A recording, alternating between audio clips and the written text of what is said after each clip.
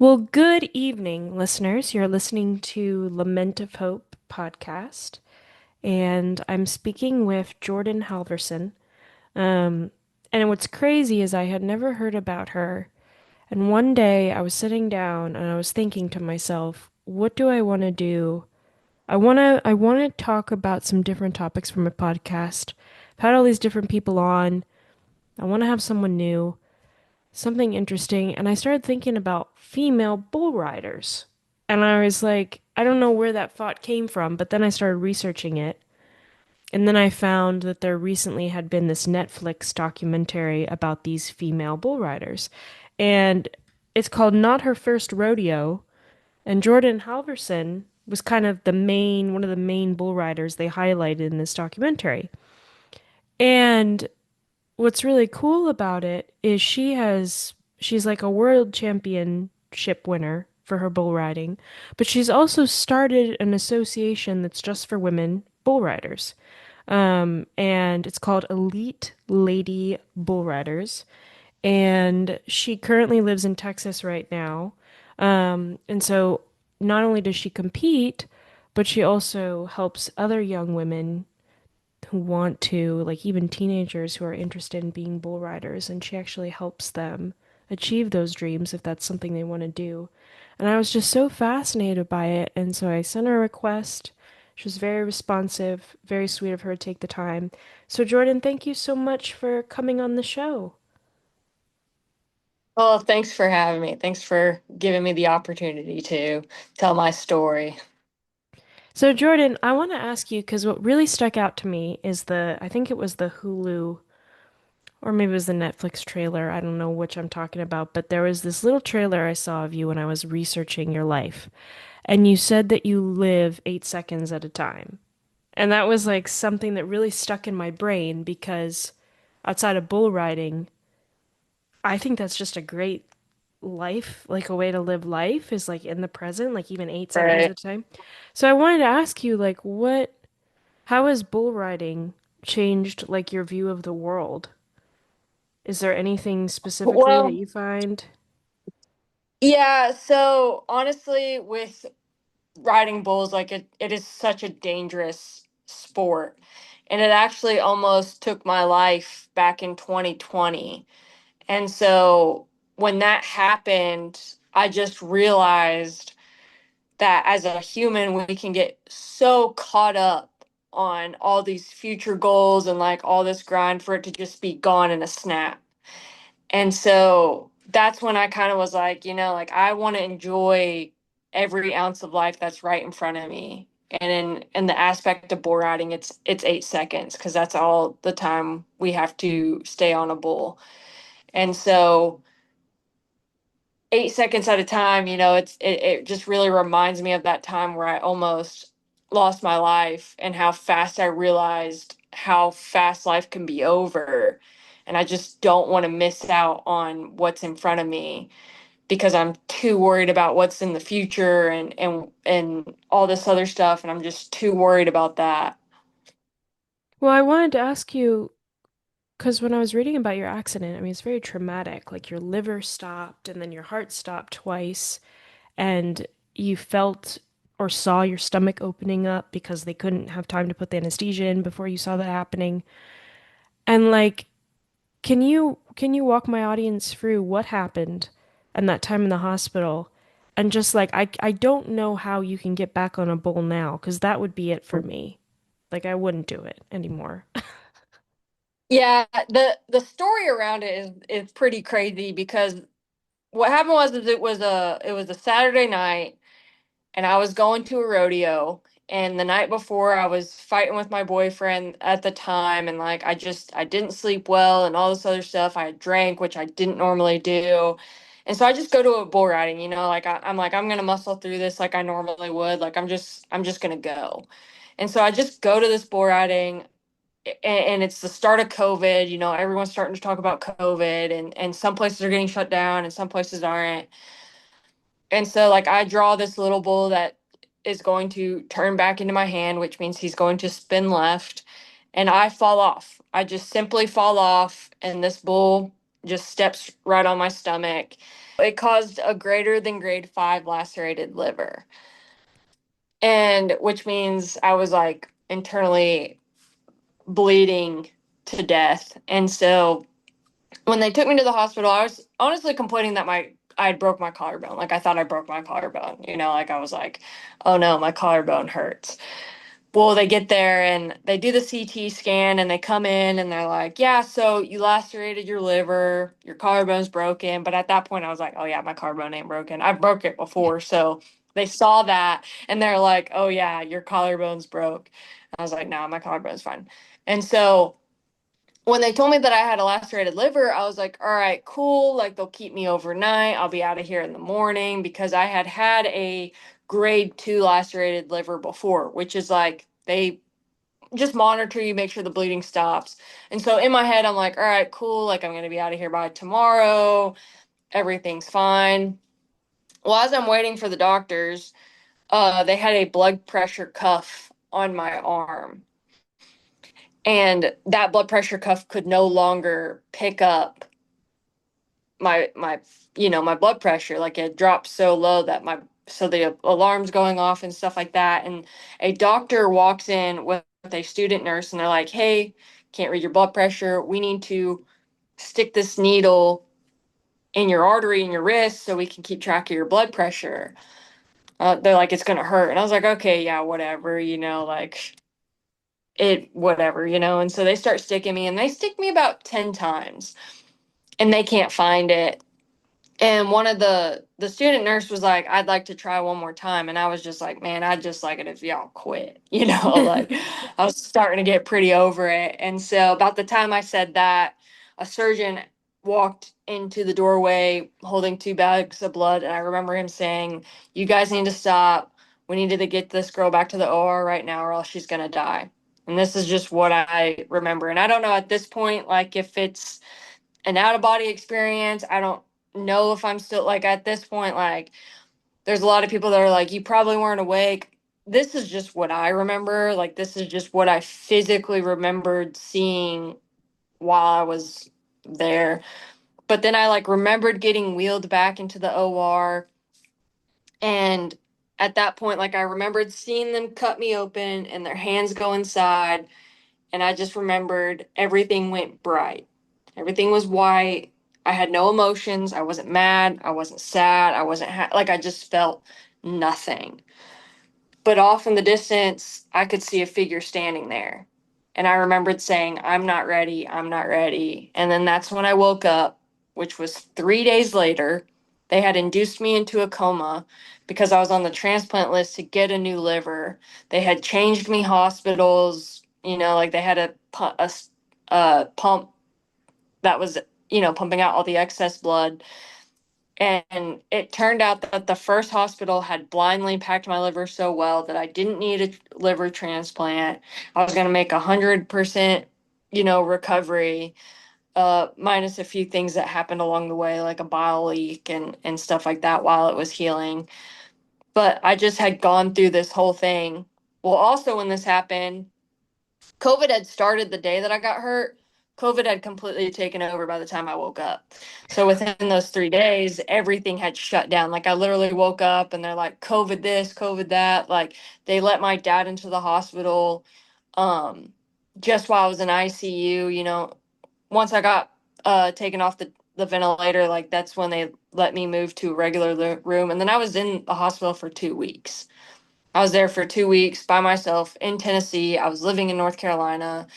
And I just remembered, like, through all this time, like, my boyfriend at that time that I just got in a fight with I end up seeing TikToks of him with another girl while I'm in the hospital. Like, obviously, stuff had happened. I think it's pretty fair to say that he had probably cheated on me at that point during all this. And when I first got hurt, I said I wasn't going to ride bulls anymore because he didn't want me to ride bulls.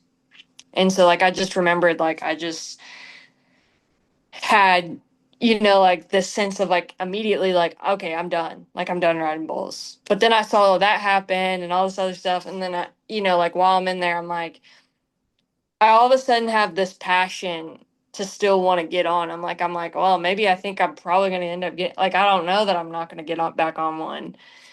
And so I just kind of like felt like ever since then, like I had a purpose and a, you know, a passion to still get back on bulls. A lot of people would be like, why on earth would you get back on them? But really, realistically, that injury was like worse on paper than how it actually made me feel. But I mean, I did die from it, technically. I know the way you're saying this, I'm like, wow, she's really chill. Doesn't matter. It's all good. Um, Yeah. but it just, I think, it's true that I wouldn't do it, but it's because I struggle a lot with fear. And so it's really interesting for me seeing you get back on the bull. I mean, it's cliche, I suppose, but it's just such a great picture of confronting your fears and continuing to work through them as opposed to allowing it to define who you are as a person. And when you first got back on a bull, did you have any sort of visceral reaction, or was it just instantly like, I'm back home kind of thing? I mean, honestly, that first one, it was weird because like from like that injury itself, like having a grade 5 lacerated liver, flatlining twice on the table, I felt so ready to get back on. Like there was no doubt that I was ready to get back on. Like I don't know, I just was like, I want to get back on bulls. Like this is what I've been working towards. Like I'm fine. Like this, there's no way this would happen again. For some other reason, I always put every injury I've ever had as a freak accident, and I've had a lot. Like everything in my head is like it's a freak deal that won't happen again. So I just at that point was just so ready to get back on that there wasn't even like the slightest bit of fear. And I think that's where that passion that I feel like God gave me came from. He was like, I wouldn't just give you this passion if I didn't think you were meant to do something with it. And so I just had no fear after that injury of getting back on. Like it was the craziest thing. What does it feel like to ride a bull? For those 8 seconds, like what's the world feel like? 8 seconds is a lot longer than most people think it is. I mean, like I used to black out pretty bad. Not pretty bad. I would black out every now and then, when you're getting on a bull because like of that all that adrenaline, like you got to be able to control that adrenaline. But when you've really, honed in and learned how to control that adrenaline, it is the most almost peaceful thing when you're riding a bull. Like it's a challenge and like you're working really hard, but there's this level of peace to it that like I just don't know how to like explain it. I don't, because I don't there's nothing I've done else in my life that I can really compare it to. Peaceful, that's an interesting word. Why is it peaceful? Because like you don't know if you could fall off, so it's hard for me to understand the peaceful part. I think it's the peace. I think it just becomes peaceful because like it is so much. Bull riding is one of those things like we don't just as a bull rider we don't just go hop on a random bull. Like we work at this every day, and honestly bull riding is more about like your muscle memory and how you've trained yourself leading up to it. So like it's peaceful because like it's a reaction. Like you're reacting to that bull. You're not actually, if you're thinking, they say you're a step behind. And so like I don't know, it's just this weird, like I got on a bull on Saturday and it was my second one back from breaking my leg, and it just was so peaceful. Like I don't know why, like everything, like you don't hear the crowd roaring, like you don't hear anything but what you're doing, which was right in front of you. Yeah. Well, does each bull feel different when you get on them, or is it like muscle memory, like you said, every bull kind of reacts the same when you jump on top of it? No, bulls feel different. Like some are stronger than others, some are slower, some are faster. Like those kind of, those different those different things, like they feel different. It is honestly like the weirdest thing to like try to explain with like different kinds of bulls you get on. I think it's more of like a mental piece, I think, versus like a physical piece. Um because like there's some bulls that I've been on that buck completely different, but I still and like am able to get that same level of peace from them, Hmm. but like physically they feel different. Yeah. And you've been doing this since you were a teenager, right? Yeah, I got on my first one when I was 17. Yeah. I know it when I was researching about your life, I know it said that your parents divorced and so you wanted to get into sports or like something with animals that you could move a lot with your body because you also ride horses. You don't just do the bull Yeah, riding. Um, I wanted to ask you because I related in some ways because my parents divorced when I was actually 18. So it was um it's a different perspective than when you're very tiny, because I think you have this, I mean, for me anyway, I had this really long record in my brain of their lives together because I had been there that whole time. Um, right. and so I processed it really differently, I think, than maybe a 5-year-old would. Yeah, see, I Um, was 12 when my parents got divorced. I wasn't like super young, but I wasn't like 18. I couldn't think logically right. about stuff. Well, how did it feel? Like, how was that for you?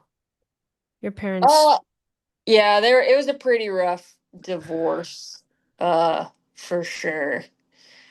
There's a lot of things uh that happened during the divorce, but I always had my pony. So like I got my first pony when I was 9, and so which was like a couple years obviously before my parents got divorced. So I just really spent a lot of time like at the farm and doing stuff with my pony during their divorce, and so I felt very fortunate that I kind of had like a very good way to like escape from all that.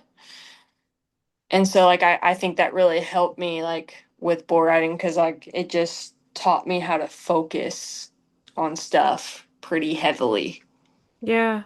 Well, I was gonna ask you, do you feel like the bull riding is easier to do than processing the divorce between parents? I mean, it's hard to tell because I was so young. Like like I was so much younger when that happened versus when I like really started getting into bull riding. I guess they probably went hand in hand as in like the struggle of it, because like bull riding isn't easy. Like you're gonna get bucked off, like you're gonna have a No, different yeah. mentality every time you go to get on. And so maybe it made me a little mm, more mentally tough than I probably would have been had they not gone through the divorce. I don't know. I had kind of always been a wild child as a kid. Um, that wasn't anything new. Breaking bones and stuff like that like wasn't anything new for me. I don't know if they actually go hand in hand, but maybe they do. Do you, um, like for you with the bull riding? Because one thing when I've talked to so many different people, with different careers, some of them, the career really is their identity. So like you take it away from them and they were just honest. Like, I don't know what I'm going to do with my life if that happens. And then other people that I've talked to are like, I really just want to leave a legacy that makes people happy. So honestly, if I've done that and then whatever I have is taken away, like that's going to be okay. I wanted to ask you for you because I mean, you have this really cool position of being this female bull rider, which in of itself is really unique. And then kind of being a voice for all other women who are like, hey, we want to do that too, and actually helping to raise up a generation of young women who are actually learning the bull riding too. I mean, for you, I mean, you almost did. I mean, you did die practically, so you did kind of lose that for a second. I mean, for you, how tightly do you think you hold on to the bull riding for your identity? Is it hard at times to kind of mesh the two away from each other? Like this is me and then this is bull riding, or how is that for you? Yeah, yeah. I mean, my identity is definitely wrapped up in the bull riding. Like, I mean, there's no doubt about it. And honestly, like, actually, this year has been the hardest year for me for that because I broke my leg in September of 2024. I mean, worst injury I've felt to date, like pain wise, like terrible pain. And so I had to have a surgery on my leg, and the surgery didn't take. And I actually was having a lot of complications, so to speak, with this surgery because it wasn't healing. I was in pain every day, like, and it really like messed me up. Like, I'm not even exaggerating, like, not even messed me up like physically, but like my emotions, where I was at mentally, because I was like, well, I'm definitely not riding bulls anymore because my leg hurts so bad, like, what am I gonna do? Like, this is all I know. Like, I was riding so good when I broke my leg, and I really had been struggling with like, well, if I can't ride bulls anymore, like who am I? Like, what am I gonna do? Like it has been a struggle definitely recently. And I guess like I had to have a second surgery on my leg. Turns out my leg wasn't actually going to feel like that for the rest of my life, like I thought it was going to at that point, because I was in a lot of pain. And it turns out like that first surgery just didn't take it all. They had to completely redo. I got a rod put in my leg, my tibia, and so they had to redo the whole rod. And so it Mm. felt and immediately felt better, like better than it did the first 7 months I had the other one. So like now, like with like this whole thing, I was really starting to, think about my life without getting on bulls, and it's gotten better. And now that I'm at the point where I can get back on bulls, it's like, okay, like, yeah, I can get back on bulls, but am I going to push myself to be where I was at before I broke my leg? And it's like, well, if I don't do that, then there's really no point in putting myself at risk for injury, because it doesn't matter what kind of bull you get on, they can all Yeah. hurt you. Yeah. And so it has been one of those things, like now I'm really starting to like be okay with it. Maybe I'm not okay. I'm just as confused as anyone is listening to me talk about it. It's definitely here recently been like a daily struggle, but I mean, yeah, as far as like my identity being wrapped up in bull riding, it 1000% is. And I don't know. It is just so hard. It is so hard.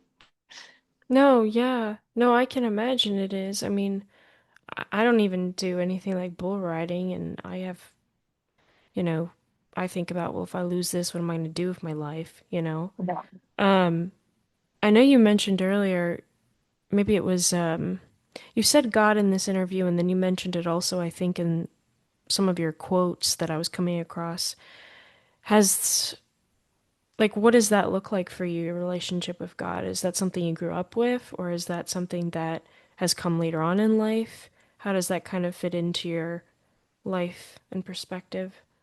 I mean, I grew up going to the Methodist church. I actually went to a private school growing up, and I feel like I probably haven't been as good as of a Christian as I could be. That's definitely something that I feel like I need to improve in my life. But God has always had a presence in my life, and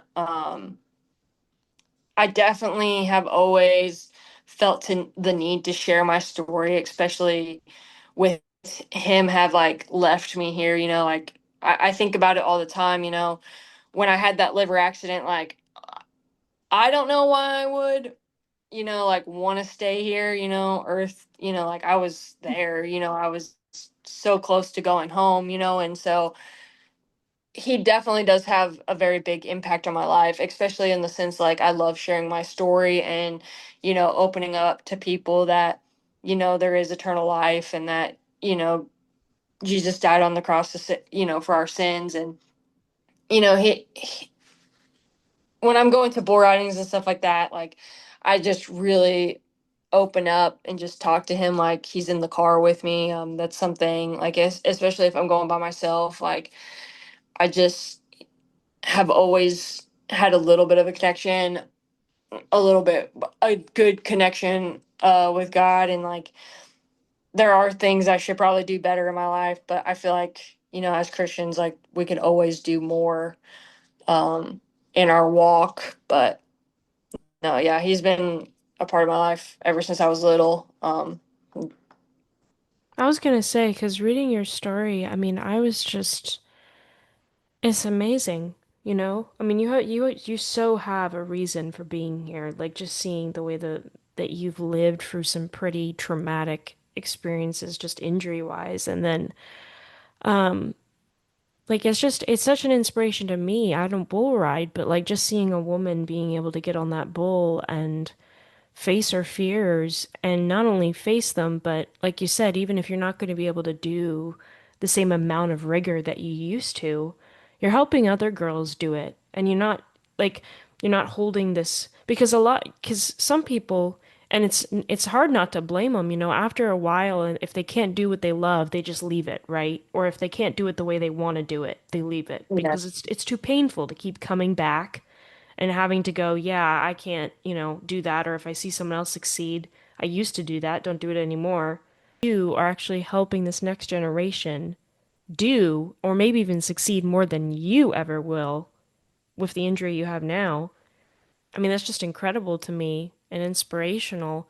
Do you ever, is it envious? Like, do you ever get envy when you're like seeing these girls getting to do it and they're like just starting out and they're getting all that fresh energy and you've been through a ton and you're not sure how far you can go, you know, after this injury of your leg.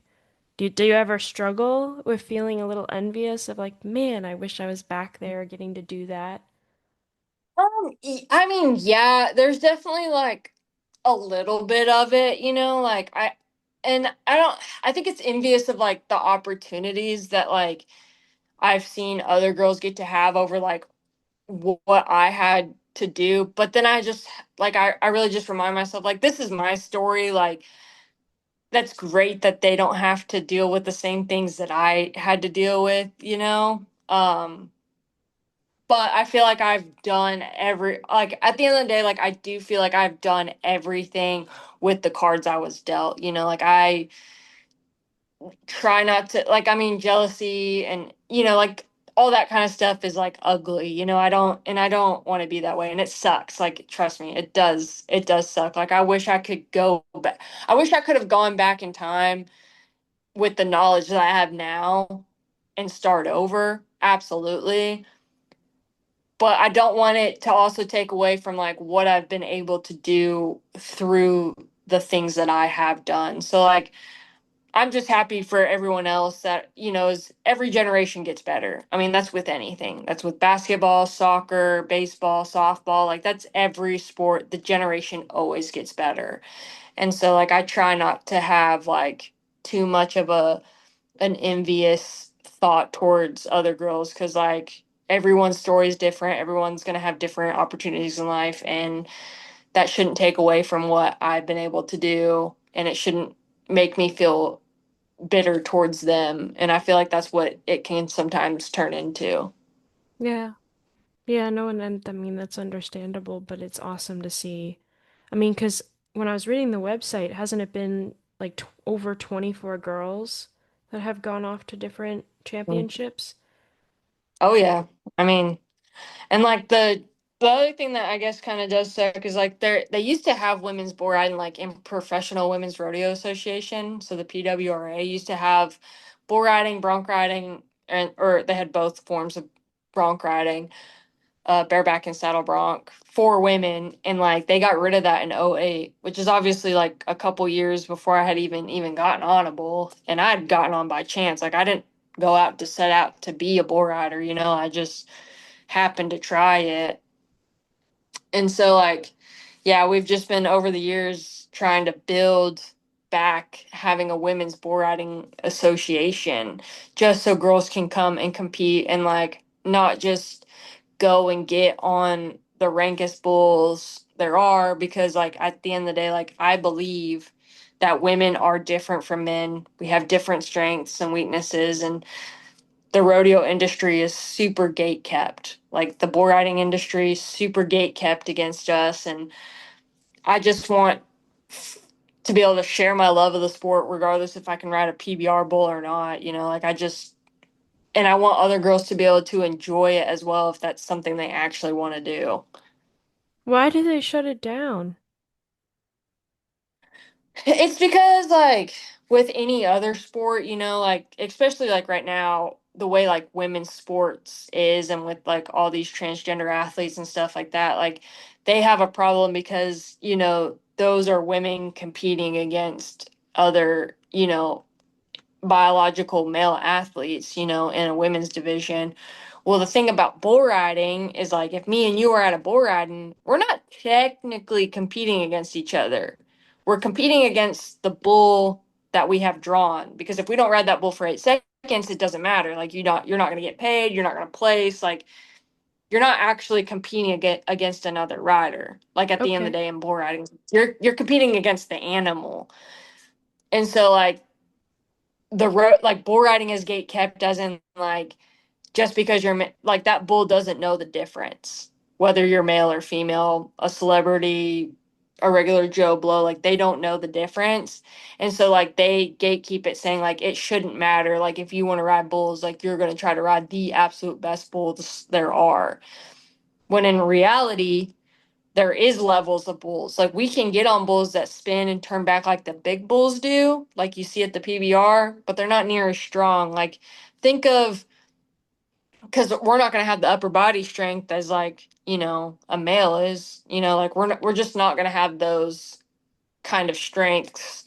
Right. And so I think, and that's what I'm trying to do with this, like what we try to do with this women's association is like we're matching up the appropriate level of bull to girls where I like they can still see. be competitive and they're still getting on good bulls. Like they're not like we're trying to get on better stuff. We're not trying to get on like a steer and call ourselves a bull rider. Like we still want to get on good stock, but it might not necessarily be something that like it just gives us a chance of actually staying on it. Like that's more or less like where it's at.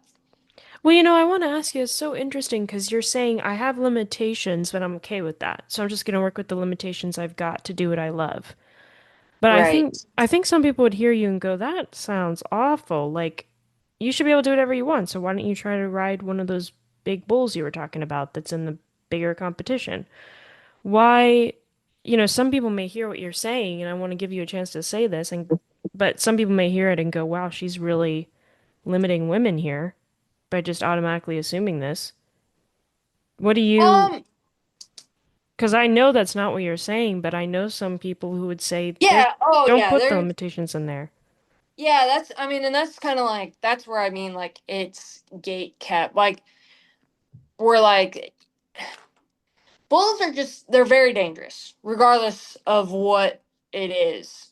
But Right. like I want to set girls up for success. I want to give them a challenge, but I also want to set them up for success. And I don't want to get anyone killed for no reason. Like these things will in fact kill you.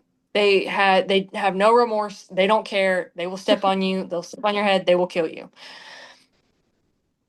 As women, like that's why women's sports. That's why every sport in the world other than bull riding has their own category for women. It's the same thing. Like it is the same exact thing. Like I mean, there have been a couple girls that have gone to exceed past those. I'm not saying a girl couldn't go do that. Like I'm not saying that at all. I think just like to give I just want to give women as a whole an opportunity to ride that may not necessarily. There's plenty of guys that don't make it to those top levels. Yeah. I mean, it's just at the end of the day, like that is just pure fact. Is there are so many guy bull riders that do not even make it there, and so the the bull riding is just like I just feel like we have to almost look out for each other because these bulls don't care. Anyone can get on a bull and get bucked off. Anyone and everyone can just get on one and buck off, and that's not what we're trying to do. We're trying to ride them I think it's important to give girls a challenge, but also like match up what they're physically going to be capable of to the bull that they're getting on. That way, like, we're not just, I mean, I could go out there and slam every girl. Easy. So easy. But I could do that with every guy too. You know, like I could go get 10 girl bull riders and 10 guy bull riders and I could just slam in the dirt. Nobody wants to watch that either. Like that's the other thing is nobody wants to watch everyone just hit the ground and get hurt. You know, like I want there to be a challenge. I want to get on good spinning bulls and bulls that, you know, I mean, I have entered against men and I've won against men. Like it's not that we can't. It's that for the longevity of your career and the longevity of the sport, I think they need to be separate. Yeah. No, and I mean, you would know. I wouldn't know, but it sounds right to me. I mean, I just don't understand like why people get so up in a tizzy. Like every sport in the world has a women's division. UFC, you know, swimmer, like they all have, and everyone right now is in uproar over transgenders trying to compete with women athletes. And I think it's the same. Like I don't understand like why we can't have our own category where we just make sure that, you know, these bulls are still going to hurt you. Like they're still going to hurt you. It just might not be, you know, one that's going to potentially be bucking bull of the year in the PBR. Or certain death, you know. Yeah, like I mean, like there can be a challenge, but I mean, it's dangerous no matter how you look at it. I just would rather set girls up for success than just get everyone slammed and hurt all the time because that's not fun. And that is also one of the reasons why people look down on female bull riding is because like they hate seeing women get hurt. Like that's one of the things that they'll say. But then like if we cater and like make sure we have a good pin of bulls to get on, they're like, well, you're not getting on good enough stuff. I was like, do you want me to not get hurt or do you care what I get on? Like Well, it's you know, Jordan, I want to ask you just kind of as a last question because I want to respect our time, but what 10 years from now, you know, as you're looking back on your life, because you're still really young and like, I mean, who knows what'll happen with this association and just the, you know, the Netflix and all the stuff that's getting out there about what you do. How do you want, like, what would you like your life to look like 10 years from now if you can look back? like how would I want my life to have been perceived or No, what would you like it to be? oh, honestly, like if I could in 10 years be doing the same thing I'm doing, loving and living life and maybe I'm still able to get on bulls, like I would be, I mean, that would be ideal. I think just being able to help the next generation and, you know, inspire people, whether they're in the rodeo arena or not, you know, I just want to be a positive, you know, I hope I'm still being a positive light in what can be considered a dark world. Yeah. Who knows? Maybe they'll make like a movie on your story. That'd be kind of cool, wouldn't it? Would be kind of cool. I am Yeah. trying to get into the movie business. You can like pick a person to be you and then train them to do the bull riding. That would be amazing. Or if we did it sooner rather than later, I could just do You're my own right. I could just be stunts. me. Yeah. Well, I don't have to be the actor, but I could do my stunts. Yeah, that would be If I, amazing. yeah, that would be cool. I hope they do because honestly, like even when I started researching female bull riding, I was just fascinated. I'd never heard anything about it before. You know, I don't even remember Yeah. exactly how it came into my brain, but I was like, this is so cool. You know, like this is neat. And Yes. like you said, it's dangerous and I don't want to minimize that, but it's just so cool to see that that's actually something going on and that's a sport for ladies. Like that's just cool.